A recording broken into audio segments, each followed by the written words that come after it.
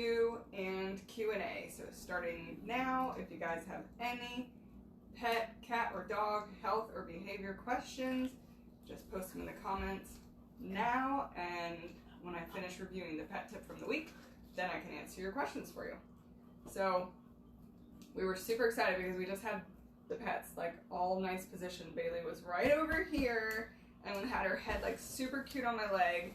There she is again, but she decided to jump away, so but she's back. So I am here for those of you who don't know me or just checking in for the first time. My name's April. I'm a certified pet nutritionist and pet master herbalist. Very soon, almost done graduating there, a few more weeks. And my family and I have a online pet store with a full range of products for both pets with no hair and pets like Bailey, off camera here, with hair. And we also have a host of different pet health supplements, remedies, things for just general health as well as any chronic health issues, which you can find at ReNewedPet.com, www.ReNewedPet.com. So I come on every week and I give you guys a pet tip review, or a pet tip every week, and then on Friday nights I review that pet tip with you, just because the videos I shoot every week are just 1 minute really short clips to put on our social media and on our YouTube channel and in our newsletter. And so, phone call. Sorry, someone's calling me. We should put the phones on Do Not Disturb. We forget to do that. Anyway, so then tonight's just a chance where I get to sit back and kind of explain the pet tip further to you guys and let you ask any questions as I go along. So Stubbin and Bailey are getting their little camera work treat here. So this week's tip was, and we are I'm super proud that I've been learning how to write backwards. All of this is backwards so that you guys can read it, because the camera shows everything backwards. So, how much protein is in your pet's food? And I had to retype the much twice because I got part of that backwards, and someone was like, why is the C and the H backwards? I don't understand. And I was like, no, the whole thing was backwards. I just messed up on that part. So that was kind of funny. But anyway, so that's what we're talking about tonight. And the issue with pet food labeling currently is that it's labeled in a much different way than what our human food is labeled, with the guaranteed analysis. And what you have to do is you have to know the specific formula to use so that you can compare how much protein is in your pet's food in whatever form it's in.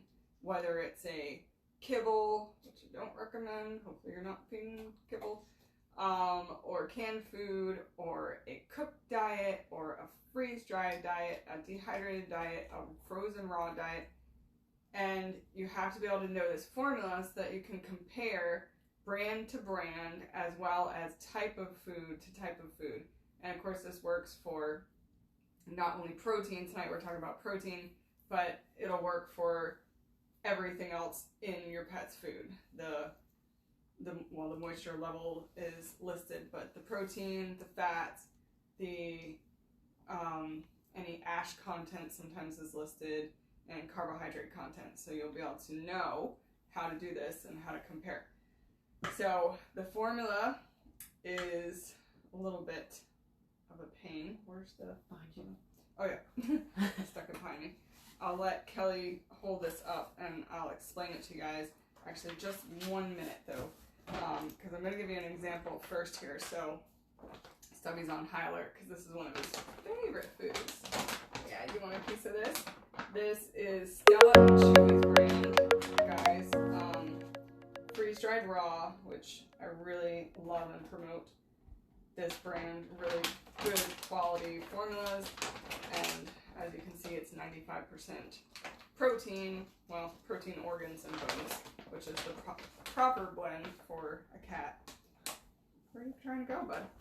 So this is a food that I would recommend with a quantity of protein that I would recommend. So the guaranteed analysis on this one says crude protein, 38%, crude fat, 38%, crude fiber, 5%, and moisture, 5%. So that's example straight off the label here. The formula we wrote down was for Nature's Variety canned cat food, which is one of the canned foods that I recommend to feed. So I will explain this line by line, although now I can't see it. So how about you explain it? No.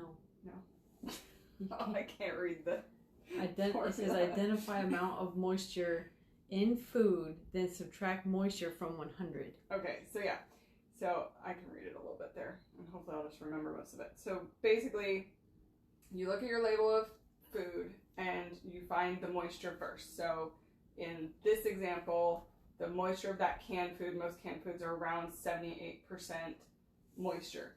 And then from that, you subtract that number from 100. So 100 minus 78, that gives you 22%, which is what we circled right there, right? So the 22% is the dry matter. So now if you did that on a canned food, you know, you're going to come up with 25%. This food only had 5% moisture, so it would have been 100 minus 5, so it would have been 95% or 95 dry matter.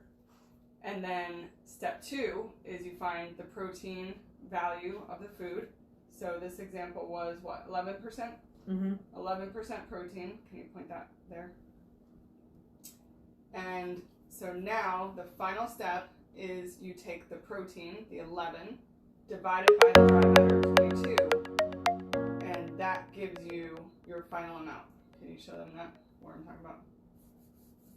Okay, so, and where's our final number? Right there. 50% protein. 50%. So in this example, the Nature's Variety canned cat food, when you do this formula, you break it all down and you find that it's 50% protein. So I know you guys aren't going to remember this formula. Thanks, babe. But you can just Google, you can type in like dry matter formula, dry matter pet formula, or dry matter calculation for pet food, something like that, and they have some online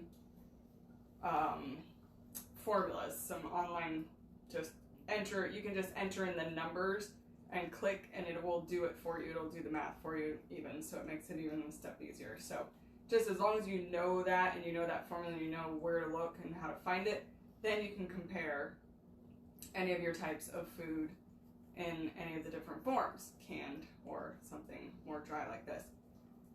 So now the ideal amount of protein for cats is 90 to 95% protein, a mix of protein, bone, and organs.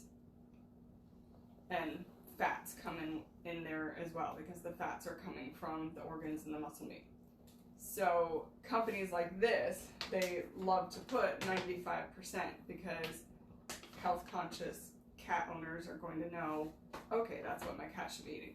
And dogs should be getting somewhere around 70 to 75 to 80%. But when we just showed you that example, the number came out to only 50%, right? So if any of you have actually done these calculations before and you see it's anywhere in a range from like 30 to 50% when you do this formula, and that's because it's in the dry matter basis. So that number, that 55%, once we added in from the Nature's Variety canned food, the ash, which is the bone content, the powdered down bone content, and the fats and the organs, and added the moisture back in, that's where we come up with that 95% number that we're looking for, that we want to feed to our cats. So I know it gets confusing, but that's the dry matter amount of protein you want to see in your cat's food is somewhere around that 50%, and for dogs it would be like 40 to 45% would be ideal. So hopefully that helped breaking it all down. I just wish that they would make it more simple, and actually there's some movements going on right now pushing the pet food labeling, or the organization that makes the rules, basically pushing them to simplify these analysis of our pet food so that people could more easily we should be able to just pick up the food and have the breakdown really easily and more easy for everybody to understand. So hopefully eventually someday that will go through. Until then we have to do this. So yeah, so that is it all in a nutshell. Devin's been such a